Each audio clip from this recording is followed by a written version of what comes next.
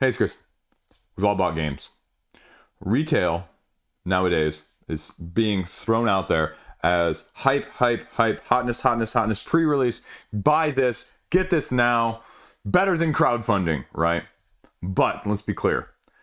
Retail is just as much liable to fall flat as crowdfunding.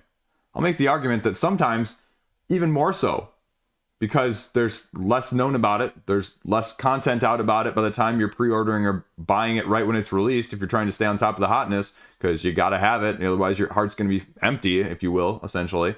Or there's not even sometimes a full rule book out available for people who haven't bought it at that time. So 5 games that so far, 2023, have been, a little bit of a letdown.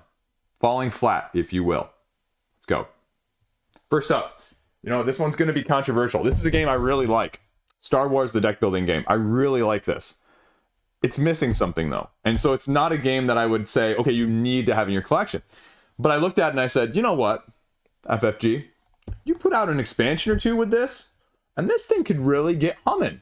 Star Realms-esh, Aeon's End-esh. Yeah, absolutely.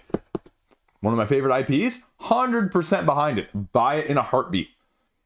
My fear, though, is this thing is dead man walking right now.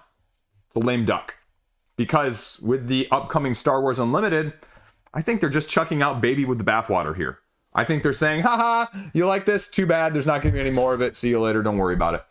We're putting all of our eggs into the Star Wars Unlimited basket, for better and for worse. Because why would we want this when we can milk your wallet in a TCG style model? So ultimately, it's not this game's fault, but it's a publisher issue. I think the publisher is the problem here with this one. They're just not going to support it. They're not going to give it anything else because nowadays, especially with FFG and Star Wars products, right? Dead too early, Destiny's Armada, anyone? Right? Okay. And you know what? That sort of leads me, again, because I really like this thing. Great, simple, straightforward, got a little bit of nuance, deck building-esque, pick your asymmetric side, faction-based, Star Wars relatable IP game. But like I said, you're probably never going to see any more of it in your life. And that's what sucks. Next up, though, let's go over here. Let's go do another one. WizKids, Marvel Age of Heroes. I think this is actually a really solid mechanistically worker placement with a Marvel theme. It's doing things enough differently, as I talked about in my review earlier in the year, that it's unique enough from some of the other things. It's a little bit heavier than, say, your Lords of Waterdeep. Has a little bit more nuance than that. The card play is absolutely dynamic. The elements of the enemies that line up in the 2-card based system to give them different dynamics and how you're going to defeat them on a game-by-game basis is unique. And having the 3 scenarios is more than enough because of how you can mix, match, and modularity to go along with it. It's always disappointing when you hear that a game needs an errata, a game needs a variant, approved or not, right? After it gets released. Because this game also just drags.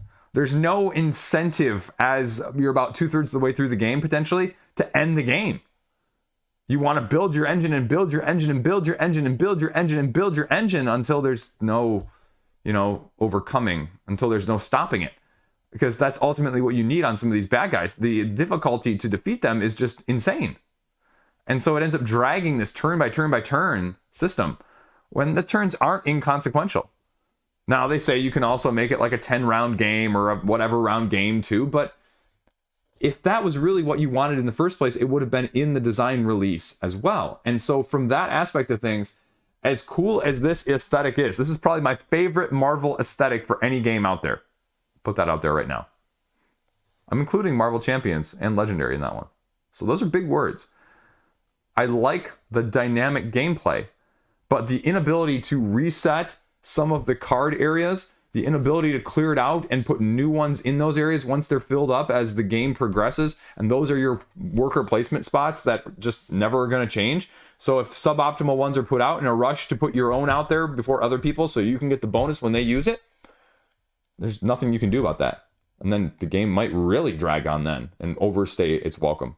And that is a shame because it has the makings of a classic and it just falls short at the finish line, or potentially runs way too long over the finish line, if you will. The next one up, we're going to go right behind me. Again, game I really like, but game that also expectations did not meet what I was hoping for. I love King of Tokyo. King of Tokyo was pretty much my entry gateway game past Catan into the hobby. And, you know, that's saying something. And it's dice chucking Yahtzee fun. And I said, what? You can play cooperative now? You finally are capitalizing on the fact that you have an absolutely smash hit transcending not only hardcore people, but, you know, casual? Yeah. And then I played it and I was like, well, this is kind of fun. But it kind of loses the free-flowing dynamic and the light-spirited nature of the original in the first place. Yeah, you've got the 3 bosses. Yeah, you've got the little AI system with their own little mini henchman that's rotating around. Yeah, you've got the little upgrades, but it just doesn't feel as cohesive as it should have. It's lost something in the complexity of it. Simplicity is sometimes so much more elegant and appealing rather than making it more deep or strategic. And that was the biggest problem with this game. Again, I don't even know what I'm going to do with this one. I like it. I'd love to play King of Tokyo cooperatively, because there are just sometimes people don't want to take that as quick and dirty and easy as that game is to play. And some people just absolutely hate that dynamic in the first place. And to be able to incorporate that in a cooperative manner, you know, is like a pipe dream. But unfortunately, it just sort of also misses the mark in terms of taking the spirit of the first one and incorporating it into this one. And again, it's just disappointing because what could have been and what should have been and what still could be there is just not there. And as someone who absolutely, again, loves that other game, it's a big disappointment. Next one up here, I didn't really know what to expect, but I saw Starfighter, I saw Star Fox. The illusion, the reference, the nostalgia factor was there. The dynamic gameplay, though, once you got to the die rolling aspect of this game, just left it a little bit flat feeling and flat-footed, if you will. Being able to activate each of the different systems in order to maneuver your ship is clever. Having to roll and having to have the right values in the right areas, is something that is something unique. Being only able to partially manage a portion of your ship's main systems on a turn-by-turn basis, where it may take you 2 or 3 turns to accomplish something that in most other games you're going to be doing on 1 turn, no matter how quick sometimes those turns are, that's unsatisfying. Yeah, it has a solo mode. Yeah, there is a little bit of the dogfighting, but again, it's still very, very difficult in the turning and the maneuvering and the teleporting from one side to the other with a little wormhole. It's a game that, in theory, should be striking on all cylinders and absolutely smashing Undaunted-esque level of head-to-head play. But because of those dynamic elements of putting those dice and having so limited resources allocated, and even then having to subsequently roll also to see if you're even going to hit, it puts too much to chance, too much effort into too little of a payoff from a dynamic back and forth. And yeah, there's some asymmetry, more surface level than asymmetry would really give some potentially needed depth to as well. So the combination of those things, again, just makes it sort of a swing and miss. Something that I don't feel needed to keep, especially when I have something not necessarily terribly more complex, but in a different way, like with Undaunted Battle for Britain, that just does it in almost all accounts a little bit better. Fifth up here, Tribes of the Wind. This one was super, super hyped when it was first announced.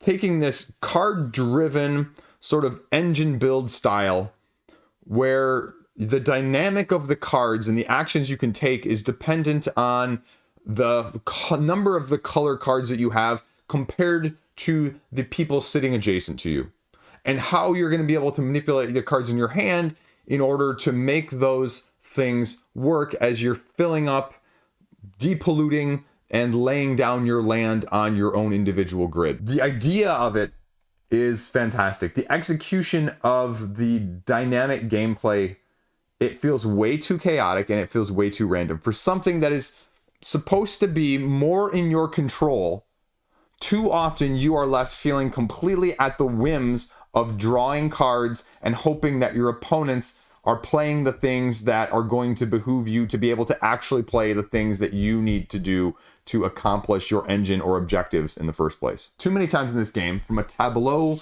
management, do you end up in a situation where you just can't necessarily do what you need to do.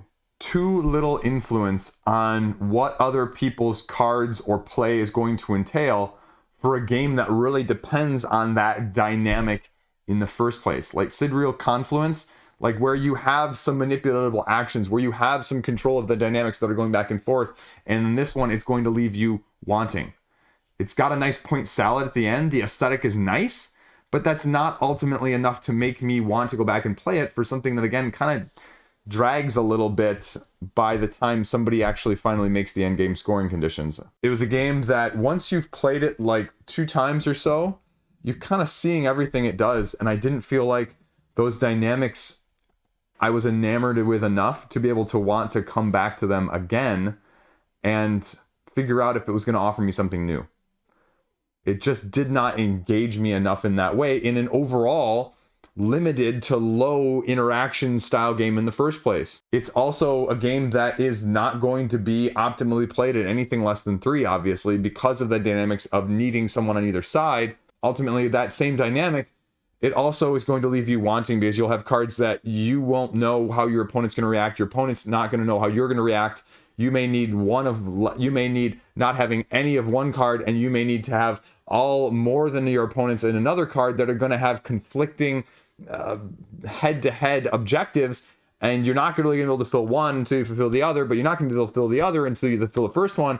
And like I said before, situations that are going to leave you just wanting, which is unfortunate because, again, it's smooth, the iconography is relatively intuitive, and the aesthetic is pretty nice. But unfortunately, it's sort of flying with a little bit too much aesthetic for me and not enough. I really want to get this back to the table factor. So there you go. Tribes of the Wind. 5 games, retail-wise, kind of just fell flat for me. Letdowns, if you will.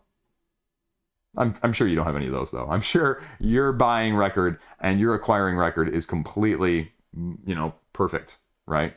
Pitching a perfect game there, I'm sure, right? Or let me know in the comment section down below what it was for you. There you go. That's all I got. Stay classy. Great freaking day. Stay around.